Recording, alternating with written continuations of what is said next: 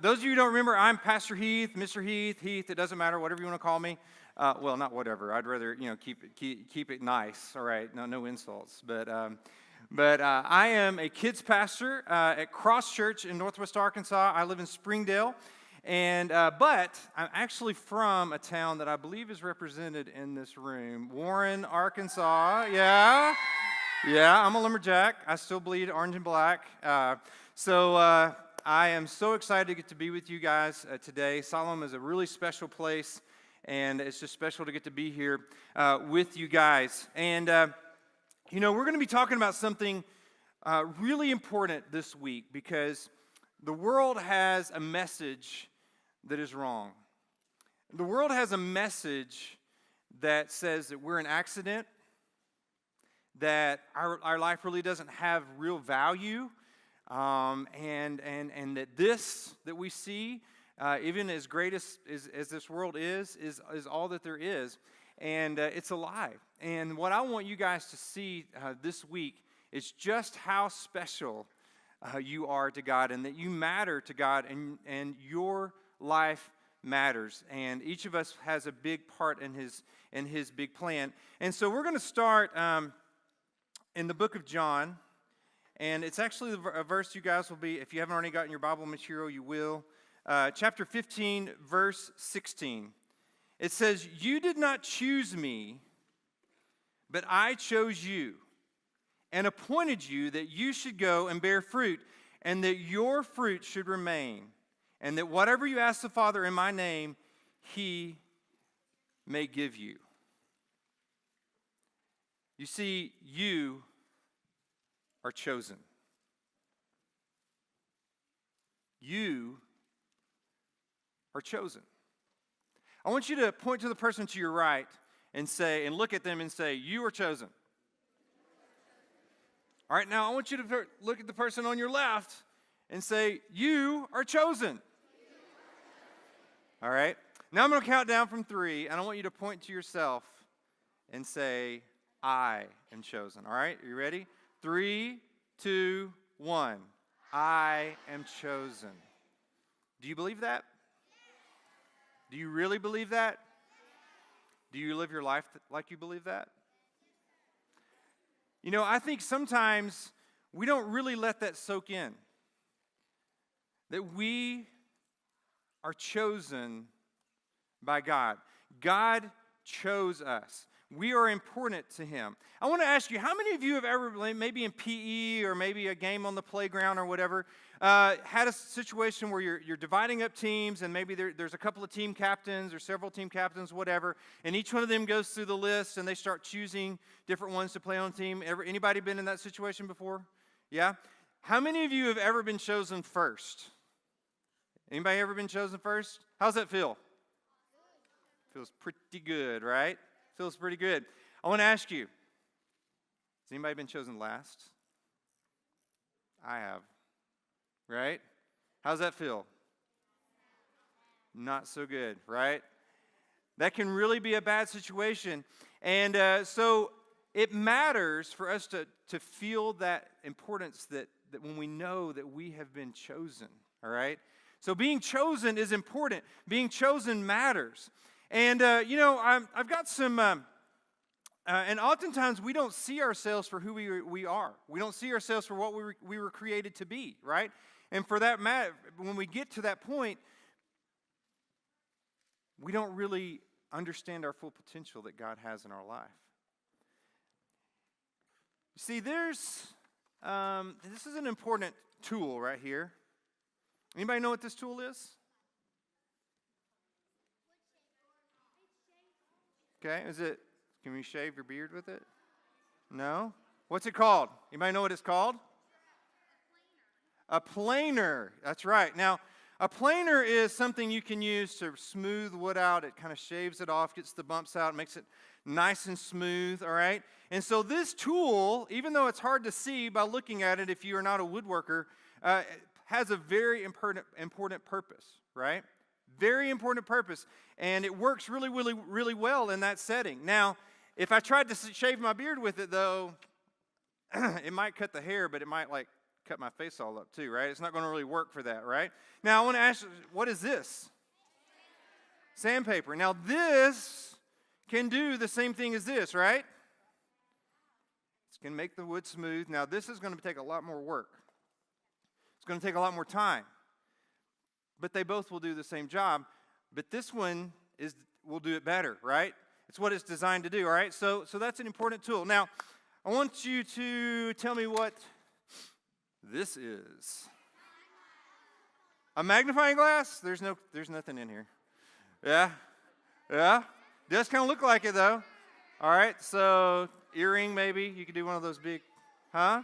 Is it a clamp? Okay, maybe. Yeah? It has a very specific job, right? Now, what I hear it back here?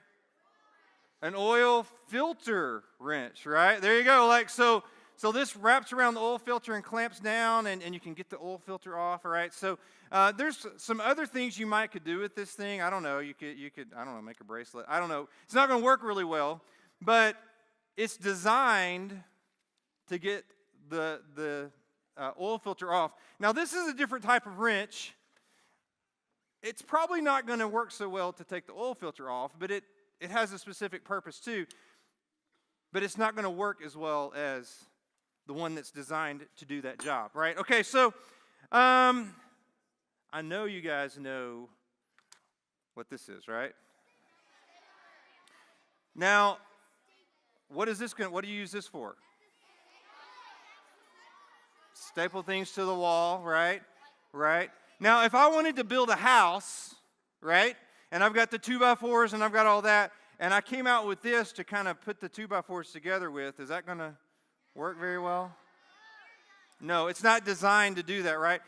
This tool right here is probably going to do a better job, right, to hammer nails, right? And so both of them have an important purpose, right? They're just different, right? One's not any more important than the other, but they are different. Now, one other I've got here, like, what is this? A shovel. Now, what do you do with this? You dig dirt. Now, I want to ask you, what is this? Now, I could dig a hole with this, right?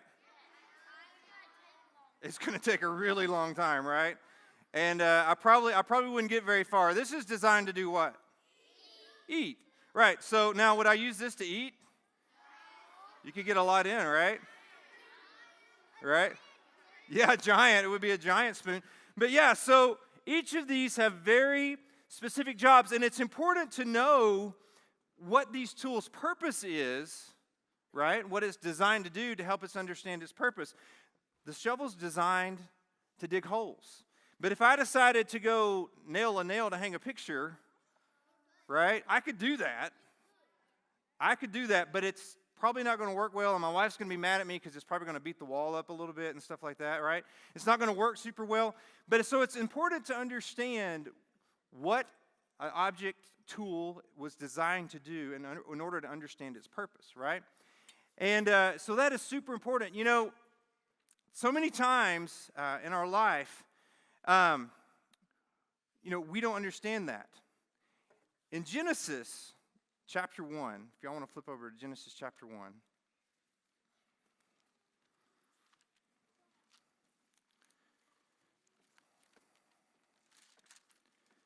What's happening in Genesis chapter 1? Yeah. God's creating the earth, all right? So we go through here, and I won't read the whole thing, but we go through, and it says, and God says, let there be light. And what happened? There was light, right? God spoke it, and what happened? It happened. And after he created light, he said, it is good, right? And so he did that. And he called the day darkness. I'm sorry. He called the light day, and the darkness he called night. All right. And then he says, "Let there be formation of the waters and dividing of the waters." And so he made the waters. He separated the land from the water, and did all of those things. and he said, it is good, right? All right? And he created the sky and all these kinds of things, and he goes through, he creates, the trees and all those things. He says, it is. He created fish and animals and all of those type of things. He said, it is. So he goes through and he creates everything that we see, right? He creates the world that we live in, right? And after each day of creation, he ends it by saying it's good. Now, all of those things are important, right? I mean, I'm glad we have water to drink, right? And I'm glad we have trees for shade and that produce fruit and all those kinds of things. So each one of those things are super important, right? Each one of those things are super important in parts of his creation. And but when he gets to his final creation, and what is that final creation? Man and woman. He creates them, and he says something different. He says, it is very good, all right? He creates man and woman, and he gets to the end of that, and he says, it is very, very good, all right? You see, we are different than the rest of his creation. We are different from the rest of his creation. I want you to look in Genesis chapter 2, verse 7. Genesis chapter 2, verse 7. You see, everything else, God spoke it, and it happened. God spoke light, light happened. God spoke the plants and the trees, they came from the ground. As he spoke it, it happened. All the other animals, everything else. But with man, it was different. It says, and the Lord God formed man of the dust of the ground and breathed into his nostrils the breath of life, and man became a living being. You see, God formed us with his hands. He didn't just speak it, he was personally involved in creating man. And beyond that, he breathed life. He breathed life into man. So we are very different than any other part of God's creation. God was personally involved, personally engaged in creating us because God designed us to be in relationship with him. Not because he was lonely, but because he wanted us to be in relationship and community with him. God designed us for that way, and we are his masterpiece. We are special. But here's the thing, there's a gap between how God sees us and how we see ourselves. I want to ask you something.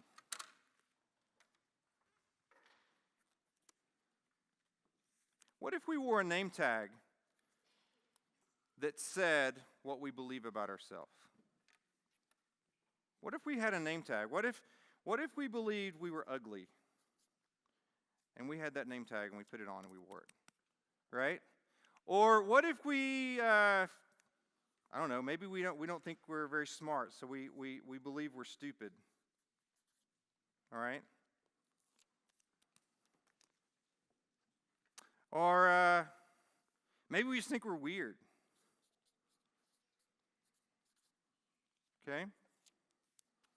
We wore that name tag around. Or maybe if you're a guy, maybe it's sissy, all right? What if the things that we believed about ourselves, we wore on our name tag and displayed it for everybody else? Because here's the thing, guys. Oftentimes, we compare our inside, what we see and nobody else sees, to other people's outside. And here's the reality. Every single person in this room has some insecurities. Every one of us. Every one of us look at other people and say, whoa, if I could be like that, that would be awesome. On some level, some more than others. And I got to be honest, how many of you are on social media already? Okay? It's a million times worse, right? Because guess what? Nobody posts the looking ugly when you wake up in the morning picture, right? Right? I mean, they post when they're all fixed up and they're doing that. They don't post a picture of when they realize that all their other friends are out doing something and they were left out. They don't post that picture, right? They post the good stuff. And we find ourselves comparing ourselves to that. And all this stuff that we have on the inside that we feel about ourselves and we believe about ourselves, we try to hide it away. We try to pretend it's not there. And it begins to affect how we see ourselves. And we stop seeing ourselves the way God sees us. So I want to ask you, when you look in the mirror, what do you see? What do you see when you look in the mirror, right? I want you to think. Okay? But I want you to think about, you don't have to announce this, but what do you really see? Do you see some of these things? Maybe there's some other things you see that are not so positive. You see, that's the enemy. The enemy wants you to believe that you're stupid. Right? He wants to discourage you. But that's not from the Lord. The enemy wants you to believe that you're a sissy.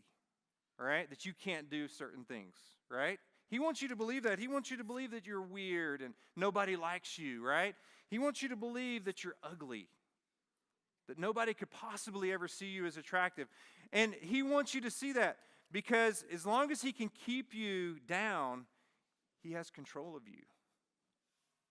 If he can keep you discouraged, he has control of you. But the thing is all of these things, that's not who you are. You are a masterpiece. You are designed by God. You are none of these things. You are God's most precious creation. You are not an accident. You know, this iPad I have here, it's a pretty cool piece of equipment, right?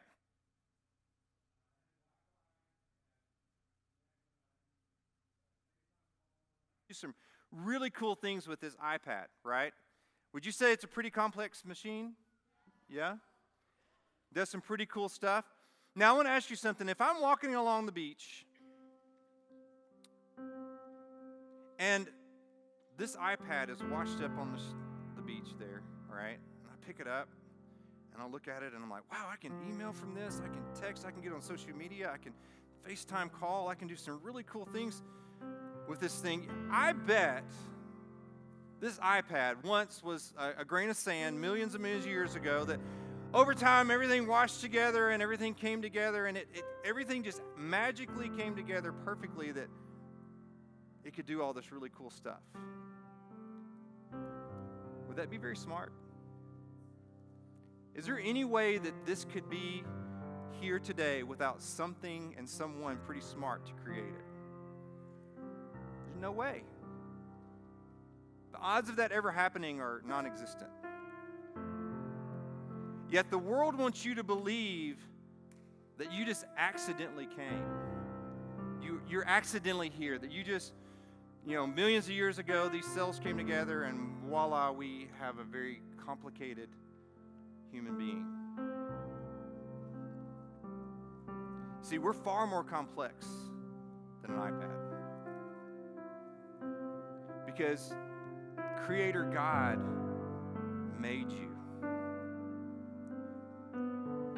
Not only did He make you, He desires a relationship with you. And He says again in John, that's fine, thank you, buddy.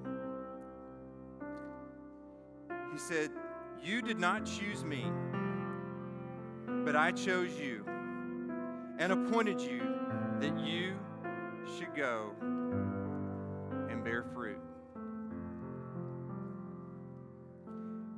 Guys, your life has a purpose. And just like these tools, they all have different jobs. God created you for something very different than the person beside you, and that's okay. All of us were created for different reasons, but equally important. And what I want you to remember this week and really get praying about is, what is it that God designed me to do? And if you've already given your life to Christ, you really need to take some time to focus in on, where do I fit into the kingdom? What is it that God's designed me to do? It could be anything. It could be a missionary. It could be a preacher. I can tell you, when I was your age, I never thought that I'd be doing this. I thought I'd be selling furniture at my dad's furniture store forever in Warren, Arkansas. But that's not the plan God had for me, and it took me a while to figure it out. I was 33. But man, the difference God can make if you begin now really figuring out what it is God has for you and the plan He has. But it all starts with a relationship. A relationship that you come to Jesus and you say, "You know what, Jesus? I know that I've sinned. I know that I've done bad stuff, and I am sorry for my sin.